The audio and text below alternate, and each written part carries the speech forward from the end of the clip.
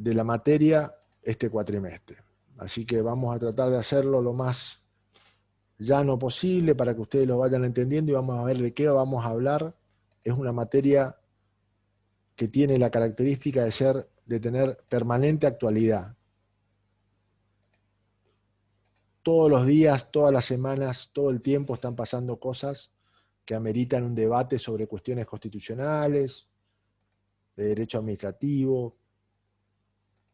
Así que es una materia que da para debatir, da para charlar, da para discutir respecto a diferentes aspectos de la vida cívica y la cuestión social o política de nuestro país.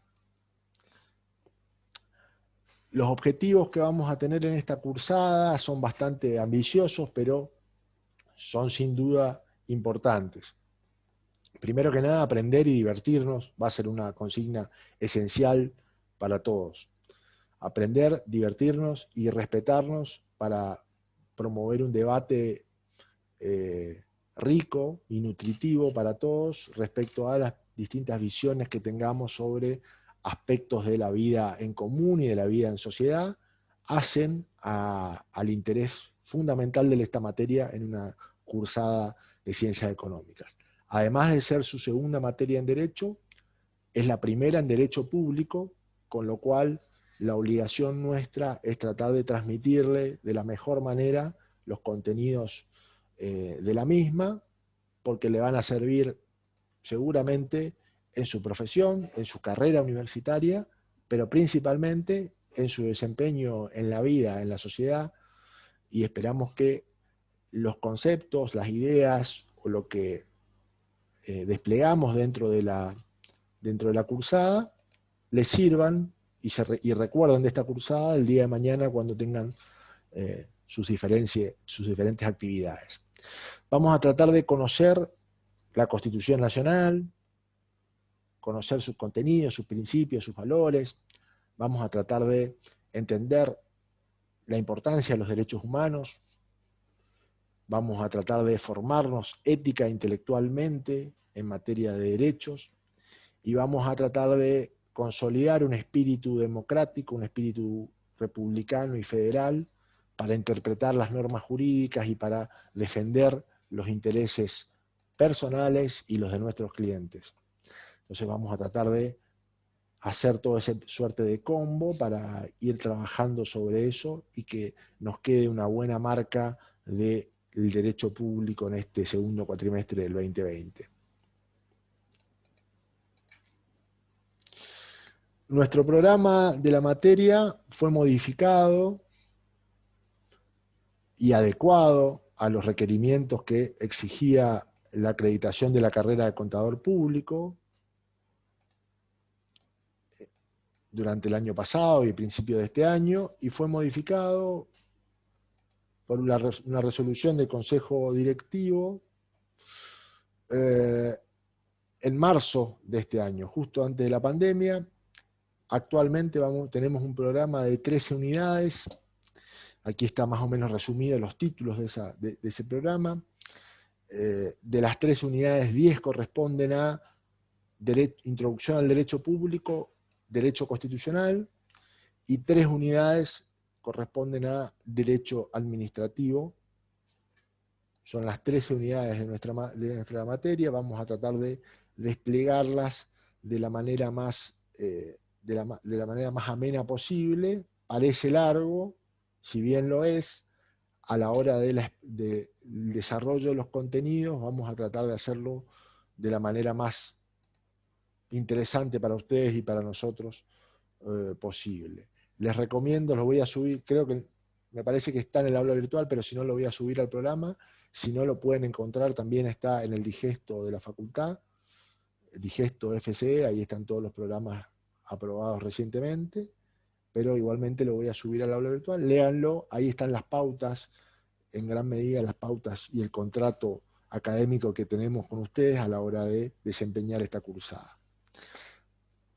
Seguramente tengamos 2 instancias de evaluación tipo parcial, a mitad de programa, más o menos por la unidad 6, el primero, y el segundo será al final de Poder Judicial, juntamente con alguna parte de Derecho Administrativo. Vamos a ir mechando las clases de Derecho Administrativo con las de Derecho Constitucional, de manera de que vayamos viendo en forma coetánea los contenidos de la parte constitucional con la parte del derecho administrativo. En cuanto a la bibliografía que se le sugiere, yo no sé cómo está el tema de la biblioteca, si ya está disponible que ustedes puedan pedir libros y retirarlos. Así que les hice una lista de lo que son los libros comunes y usuales que usamos para estudiar la materia, que están todos en la biblioteca de la universidad, de la facultad. Pero igualmente les tengo que decir de que seguramente vamos a subir mucho material de lectura al aula, así que van a poder complementar, si tienen alguno de estos textos, con lo que subamos al aula virtual. Ya hay mucho material, pero también vamos a ir subiendo, si hiciera falta, con cada unidad algunos textos aparte de estos o alguno de estos libros para que ustedes los tengan. Recomiendo para el cursado, sí o sí, tener una Constitución de la Nación Argentina con los tratados internacionales. Si la tienen solamente la Constitución pelada, sin tratados, traten de por lo menos tener el tratado, el Pacto San José de Costa Rica o Convención Americana de Derechos Humanos impreso y a mano, porque es la convención que más utilizamos junto con la Constitución Nacional. También trabajamos mucho con nuestra Constitución de Misiones, así que tenganla a mano, traten de conseguirse. Hay ediciones económicas de los dos que se pueden conseguir y se puede trabajar. Es algo que les va a servir bastante para el resto de su carrera, y son textos que no se modifican permanentemente, así que los tienen y le van a servir también para su profesión. Recomendación fundamental: estudiar esta materia con la Constitución Nacional a mano y con la Constitución de Misiones también a mano, juntamente con los tratados, con por lo menos el Pacto de San José de Costa Rica a mano. Además de eso, les recomendamos que consulten textos, que consulten libros y que no se queden únicamente con algún apunte o alguna guía de estudio que pueden llegar a contener. Traten de acostumbrarse a trabajar con libros, con textos. Es la mejor manera de estudiar, se comprende mejor cada tema y tiene una sistematización que no tiene ningún apunte ni ninguna guía de estudio. Les recomiendo, me parece que es lo más claro y didáctico que hay, es el libro de Vidar Campos, Manual de la Constitución Reformada, pero también son muy buenas la Constitución comentada de Cayuso, de Gelli, o el libro de Ricardo Haro, que están todos en la biblioteca. La unidad 7 de régimen tributario vamos a trabajar mucho con un autor que se llama Villegas Héctor, curso de finanzas, derecho financiero y tributario, que es un texto que les va a servir para materias más adelantadas de la carrera, así que conviene tenerlo, o por lo menos tomar buenos apuntes si es que lo consultan, y seguramente vamos a incluirle algunos textos nuevos o algunas cuestiones un poco más novedosas durante las cursadas para que vayan leyendo y vayan teniendo. Pero con cualquiera de los textos que les recomendamos, u otros, si tienen otros, también son útiles, es suficiente para estudiar la materia.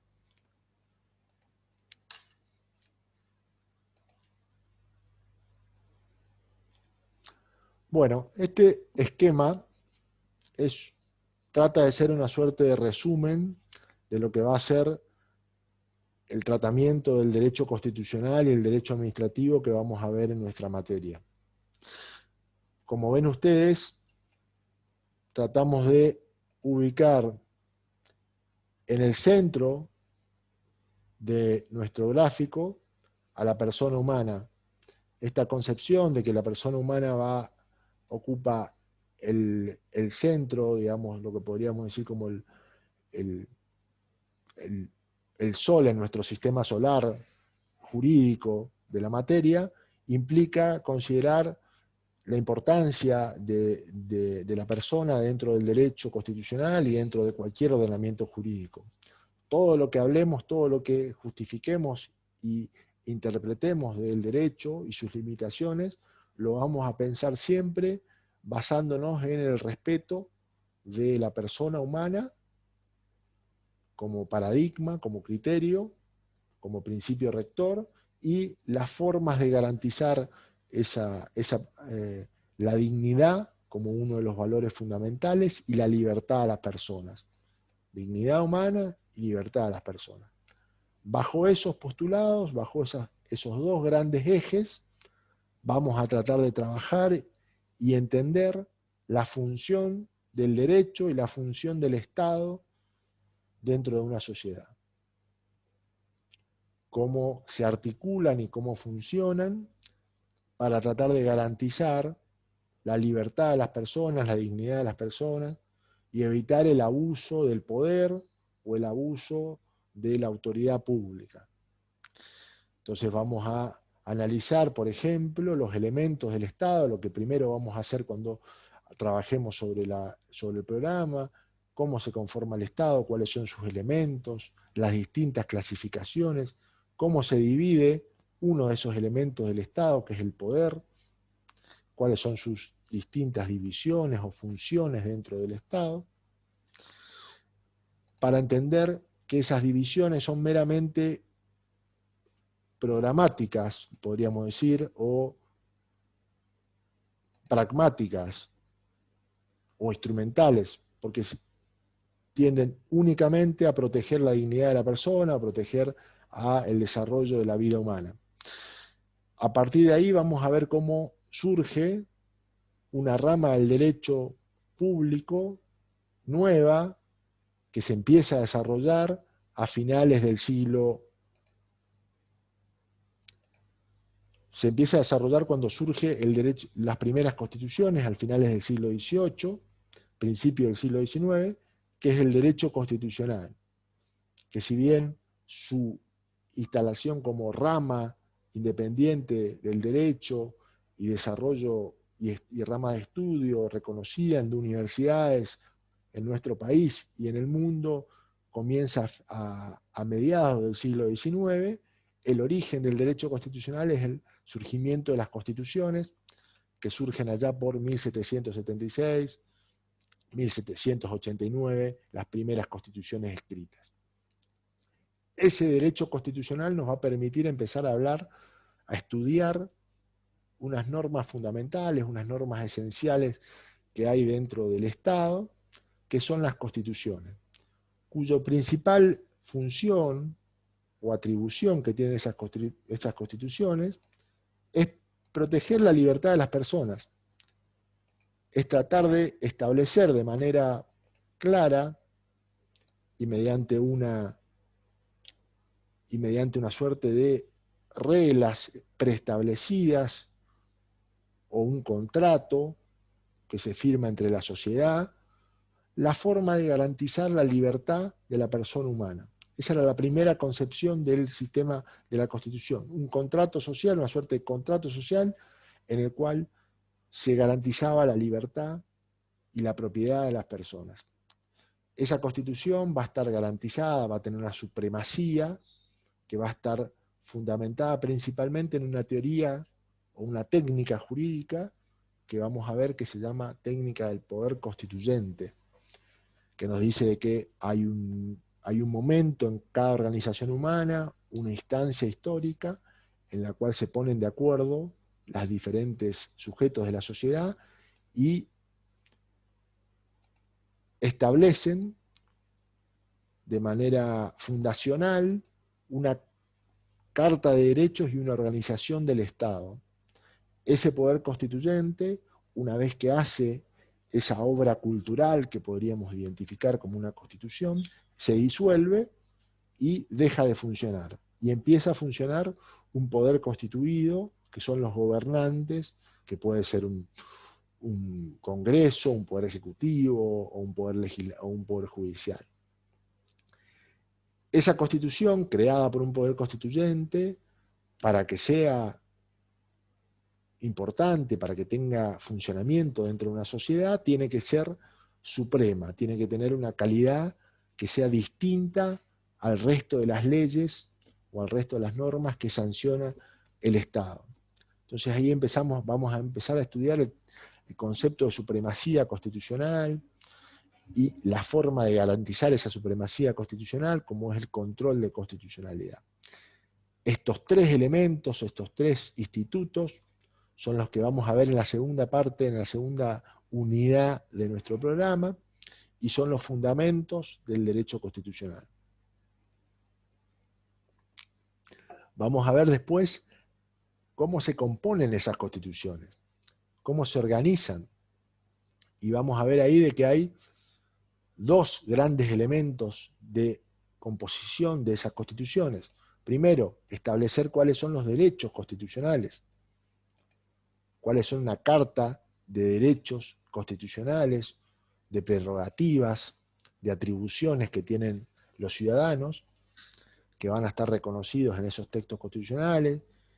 Esos derechos van a ir ampliándose con el correr del tiempo. Los primeros derechos eran aquellos derechos propios de una sociedad meramente individualista, entonces había una protección muy fuerte de la propiedad privada, de la libertad individual, de la seguridad jurídica, como lo más importante a proteger. Eso fue cambiando con el tiempo, y la sociedad empezó a ver que, además de protegerse individualmente, tenían que protegerse colectivamente o de manera grupal. Entonces empiezan a surgir nuevos derechos, derechos sociales, derechos de los trabajadores, derechos de la seguridad social, que son una evolución de ese constitucionalismo. Y finalmente, en su última etapa, vemos que hay derechos que son de la comunidad toda, de la comunidad en su conjunto, que son los derechos de incidencia colectiva, como puede ser el medio ambiente, el derecho a la cultura, el derecho a la paz, o los derechos de los consumidores. Esos derechos han evolucionado y han dejado de ser derechos meramente constitucionales, arraigados a un territorio, arraigados a un país, a un poder constituyente particular, a una sociedad. Y han mutado y han empezado a denominarse derechos humanos, que son esa especie de derechos vinculados íntimamente a la dignidad humana que tienen todas las personas por su sola condición de ser persona humana. O sea, que no depende de que sean argentinos, paraguayos, brasileños, rumanos o italianos. Son derechos que responden a la mera calidad humana, y esos derechos humanos se entienden que son de tipo universal. Esos derechos humanos surgen después de grandes traumas de la humanidad, grandes traumas internacionales que tuvimos con la Primera y la Segunda Guerra Mundial, y empiezan a generar una nueva relación entre estados, logrando una suerte de integración o vinculación entre los estados. Esa vinculación o esa introducción entre los estados crea entes supranacionales, como puede ser la Organización de Estados Americanos, la Organización de Naciones Unidas, y esos entes supranacionales van a estar vinculados con los estados mediante tratados, mediante acuerdos que firman los estados de manera soberana, y van a empezar a influir en las constituciones de los estados y en la vida de los estados, obligando a que cada estado tenga que cumplir no solamente con la Constitución, sino con esos tratados internacionales y con esos derechos humanos, porque si no incurren en algo que se va a llamar responsabilidad internacional y impide que los estados puedan desarrollarse de manera plena en el concierto de las naciones. ¿Y dónde ingresa el derecho administrativo en todo esto? Bueno, en uno de esa división de funciones que vamos a ver, que vamos a hablar, vamos a encontrar de que hay una función del Estado que es la función de ejercer de manera constante y permanente el bienestar general de la sociedad. Generalmente este derecho, esa función que vamos a denominar función administrativa, va a estar a cargo de uno de los tres poderes del Estado, el poder ejecutivo o presidente y su gobierno, que está bajo una relación de jerarquía respecto de él, y principalmente ese funcionario y todos sus componentes van a ser los encargados de llevar adelante esa función administrativa. La manera de garantizar que esa función administrativa no termine desconociendo esos derechos constitucionales, esos derechos humanos, es a través del derecho administrativo, que es una rama, otra rama dentro del derecho público, de creación más novedosa que el derecho constitucional. Podríamos decir que el derecho administrativo surge principalmente a principios del siglo XX,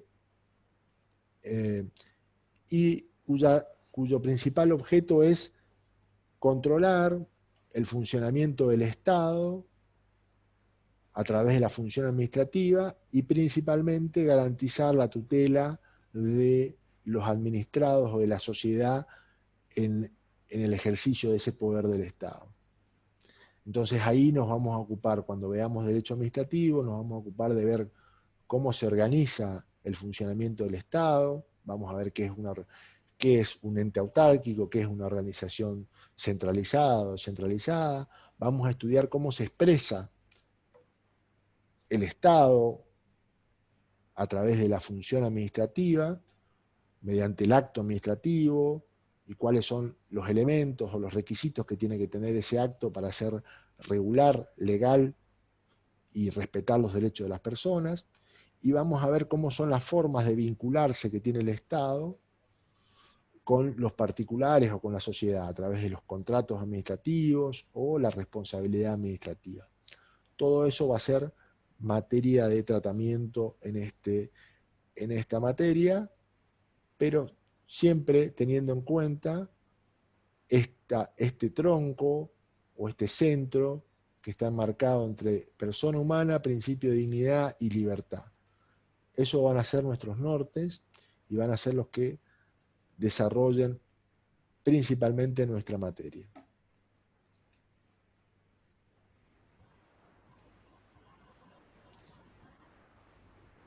¿Alguna duda, alguna consulta hasta acá? Vamos a avanzar un poquitito más y cortamos. ¿Vamos bien? ¿Se entendió más o menos el gráfico?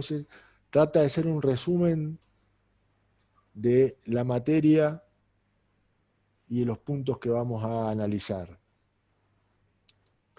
Primero que nada me interesa que distingamos, si bien hoy están bastante en crisis esta separación, que hagamos la distinción entre lo que ustedes vieron hasta ahora, que es el derecho privado, de PUN, y el derecho público, que es lo que vamos a ver en este cuatrimestre.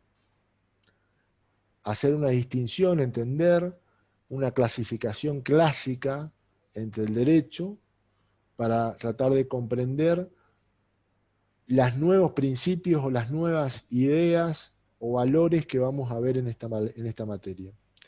El derecho privado, como rama del derecho, tiene un desarrollo histórico muy antiguo, surge, como ustedes habrán visto seguramente, desde por lo menos el derecho romano, y tiene un desarrollo de evolución, de avance y de estudio durante muchos siglos. Es básicamente una rama del derecho en la cual se presupone una relación de igualdad entre partes.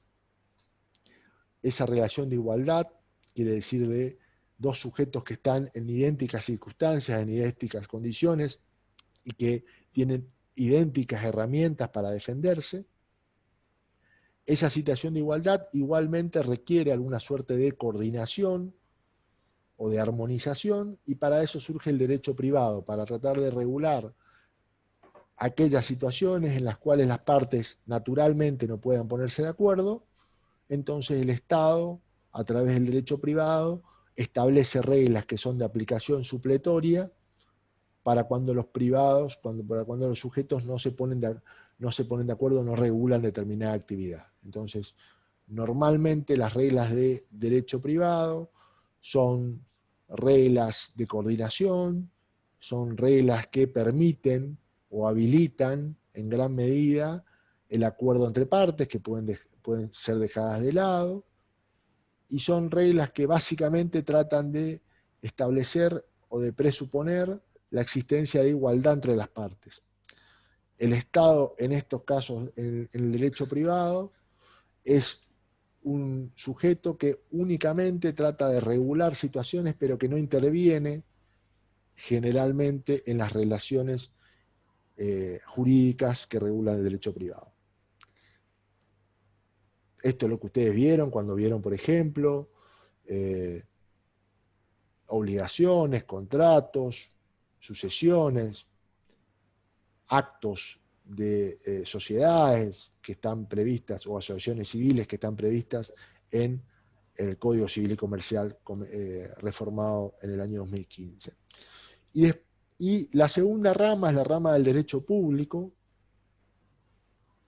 que es una rama en la cual dejamos ya de pensar en esa igualdad, en esa equiparación de dos partes, y necesariamente empezamos a hablar de una relación jurídica en la cual uno de los sujetos se encuentra en una situación de superioridad, una situación de preeminencia respecto al resto de los sujetos que están vinculados.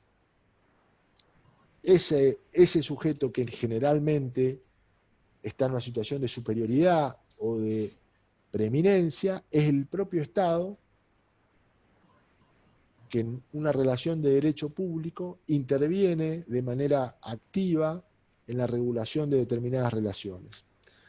¿Por qué interviene el Estado? Bueno, porque existe un interés general que habilita la participación del Estado en este tipo de ramas del derecho. Quizá el ejemplo más clásico sea el ejemplo del derecho constitucional, en el cual se justifica que el Estado regule fuertemente las relaciones jurídicas del derecho constitucional porque en gran medida existe un interés general, primero que nada, en la organización del Estado, la organización de los poderes del Estado, y en segundo lugar, porque hay derechos esenciales o derechos fundamentales de las personas que se entiende que tienen que estar garantizados por un ente superior a los propios individuos. Pero así también podemos ver que el derecho penal es un derecho público. El derecho penal es un derecho que está atravesado por normas de interés público, como ser mantener la paz social y mantener una suerte de ordenación o una suerte de establecimiento de pautas de conducta dentro de una sociedad organizada, dentro de una convivencia. Entonces, establece las conductas que están permitidas de manera indirecta, penando determinadas conductas que, en el caso de que se cometan, van a ser sometidas a un proceso penal. Allí el Estado está estableciendo una norma que es obligatoria y que que establece sanciones ante un comportamiento desviado. Lo mismo puede suceder, por ejemplo, con el régimen tributario, en el cual el Estado establece determinadas obligaciones de manera unilateral y coactiva que tienen que ser cumplidas por todos los miembros de la sociedad, y si no lo realizan, tiene herramientas o elementos para exigir el cobro, eventualmente, de manera voluntaria o de manera forzosa. Dentro de este marco, dentro de estas relaciones que encontramos al derecho constitucional y al derecho administrativo, dos ramas esencialmente de derecho público. El derecho constitucional podríamos decir que podría ser una suerte de tronco del derecho público, porque del derecho constitucional emergen la gran mayoría de las ramas del derecho público, y el derecho administrativo es en particular una de las ramas del derecho público que se encarga principalmente de regular o de establecer lo que serían las reglas de funcionamiento de la función administrativa y los límites que tiene ese Estado. Esta idea de división, separación entre derecho público y derecho privado está en crisis. Hoy en día podemos decir de que hay una idea de que hay una confusión o una mixtura entre esas dos ramas y entre todas las ramas del derecho, que permite hablar no hablar tanto de separación de ramas, sino hablar de constitucionalización del derecho privado, constitucionalización del derecho penal, constitucionalización del derecho laboral. Todas las ramas empiezan a ser contaminadas en cierta medida o trasvasadas por el derecho constitucional, que funciona en una interpretación actual, moderna, del derecho constitucional o del sistema jurídico, como una norma, como una fuente general del derecho de todas las ramas jurídicas y de todas las subramas del derecho público. Por eso hay mucho contenido del derecho constitucional que ya está incorporado en los códigos de derecho privado, como ser el Código Civil y Comercial, o en normas de derecho laboral, o en normas de derecho administrativo también. Es decir, que esta separación queda bastante en crisis con estas nuevas concepciones. Nosotros vamos a arrancar a hablar entonces del derecho constitucional como una de las dos ramas que tiene nuestra materia, nuestro programa. Vamos a tratar de darle unos pequeños conceptos de derecho constitucional, concepciones tradicionales y modernas de derecho constitucional.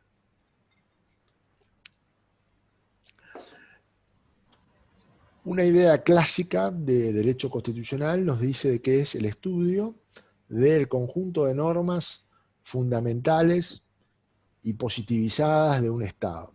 O sea, es como si yo dijera, el derecho constitucional se encarga principalmente de estudiar la Constitución Nacional o la Constitución de las provincias. Nada más que eso y algunas normas fundamentales que están efectivamente escritas.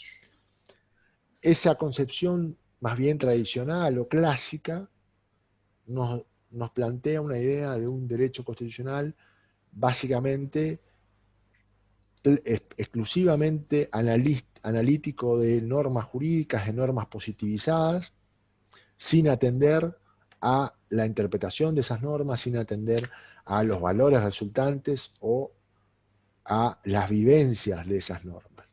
Esa concepción clásica, antigua, más bien tradicional del derecho constitucional, está, les diría hoy que, bastante démodé y dejada de lado. Hoy empezamos a hablar de un derecho constitucional cuyo estudio es mucho más amplio, mucho más abarcativo. Se habla de un estudio de tipo holístico o general, y es lo que es el resultado de lo que vamos a ver más adelante, que se llama el neoconstitucionalismo, o constitucionalismo posmoderno también los llaman algunos. En esta concepción, el derecho constitucional no solamente estudia normas, sino que se encarga de estudiar o de analizar aquellas instituciones fundamentales que organizan una sociedad, ya sea que estén o no estén en un texto escrito, en una norma escrita, y también no solamente estudia las normas, sino que se encarga de estudiar los comportamientos, estudiar las formas de interpretar esas normas, las formas de ejercer o aplicar esas normas por los operadores jurídicos. Y cuando digo operadores jurídicos hablo en términos generales, tanto un presidente como un gobernador, un parlamento o un poder judicial. Todos los que les toca interpretan y aplican las normas jurídicas, y esa interpretación y aplicación de las normas jurídicas es también parte del estudio del derecho constitucional. Se deja de leer solamente textos escritos y pasa a entender a los institutos jurídicos de manera amplia, no solamente con las normas, sino estudiando los comportamientos, las interpretaciones y los valores resultantes de esas normas. Eso nos lleva a una idea del derecho constitucional analizado desde tres unidades o tres aspectos fundamentales. En primer lugar, no lo vamos a negar, el derecho constitucional estudia o trata de estudiar las normas jurídicas que conforman el ordenamiento de un Estado, la organización del Estado, la forma de establecer, la forma de regular el funcionamiento del Estado. Eso es parte fundamental de una Constitución, pero no solamente de la Constitución, sino también de todas las reglas de funcionamiento del Estado. Pero esas normas, ese estudio no se queda ahí, sino que también avanza sobre la realidad política. La realidad u orden político resultante de esas normas, que se pone de manifiesto y que se hace efectivo a través de las vivencias, a través de la interpretación que realizan los hombres de esas normas jurídicas, ya sea la sociedad como los funcionarios públicos. Y finalmente hace una suerte de análisis comparativo entre el ordenamiento jurídico y esa realidad u orden político, tratando de ver cuáles son los valores o las conductas inherentes dentro de ese sistema. Eso podríamos decir que es el análisis completo del derecho constitucional actual. Sí, ¿alguien quiso decir algo?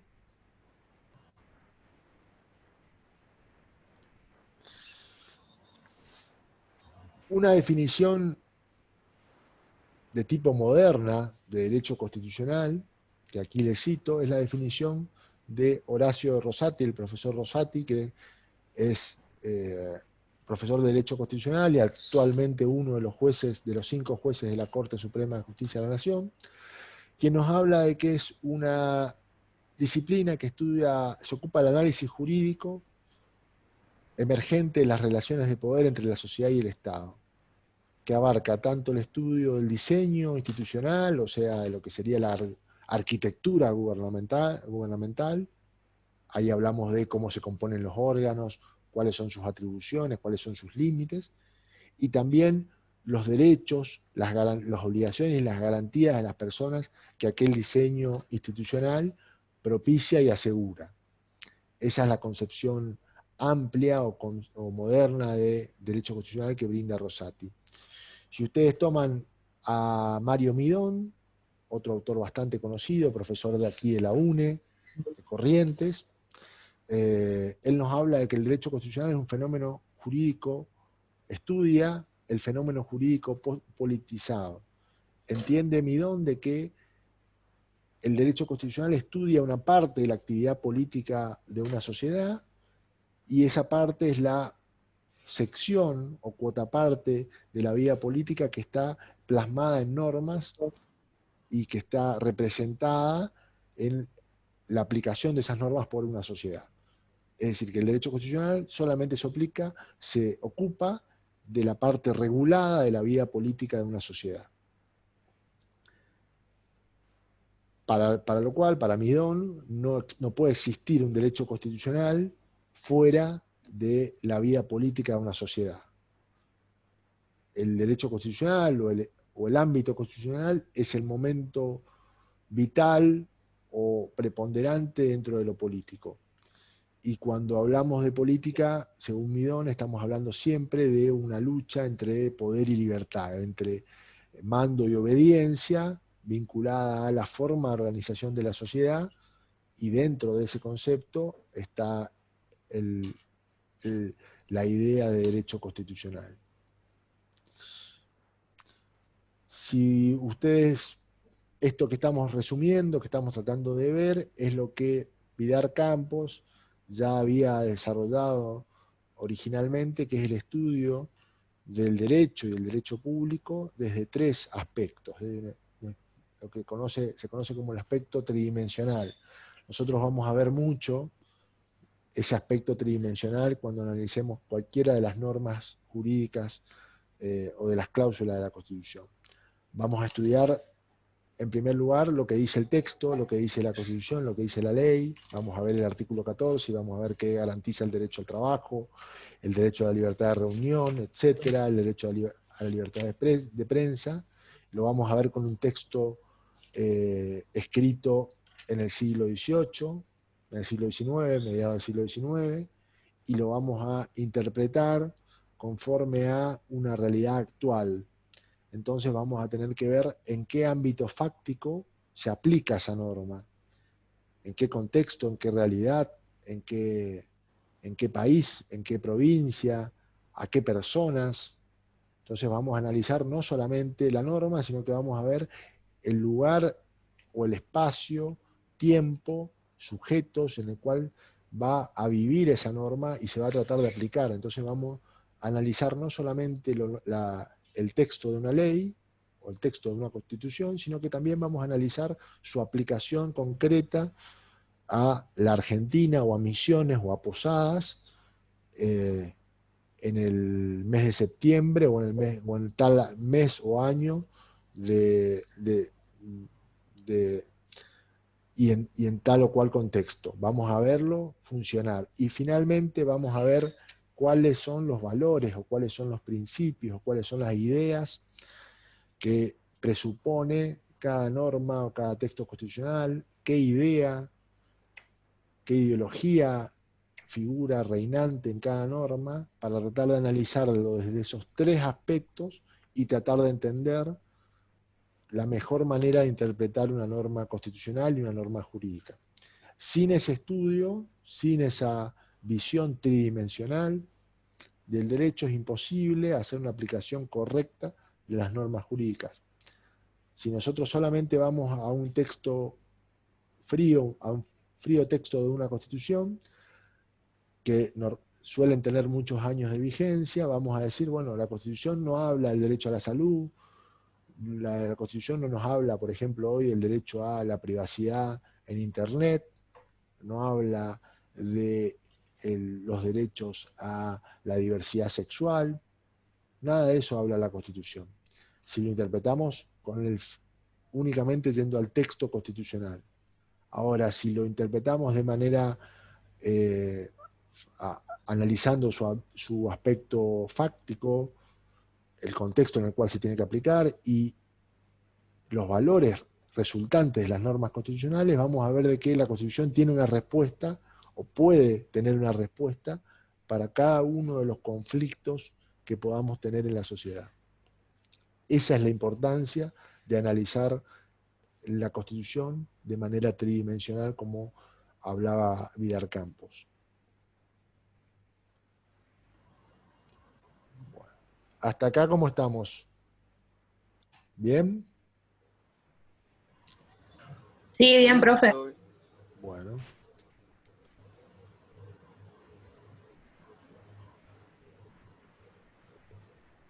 Bueno, perfecto. Bueno, yo no quiero avanzar demasiado y que sea una cuestión demasiado engorrosa a estos temas, así que me parece que hoy hemos hablado un poco de conceptos de constitución, hemos hablado un poquitito del derecho constitucional, mejor dicho, no llegamos al concepto de constitución, pero me parece que hemos tenido un buen primer encuentro de 1 hora de charla, monólogo, porque hablaron muy poquito ustedes, así que yo creo que estaríamos bien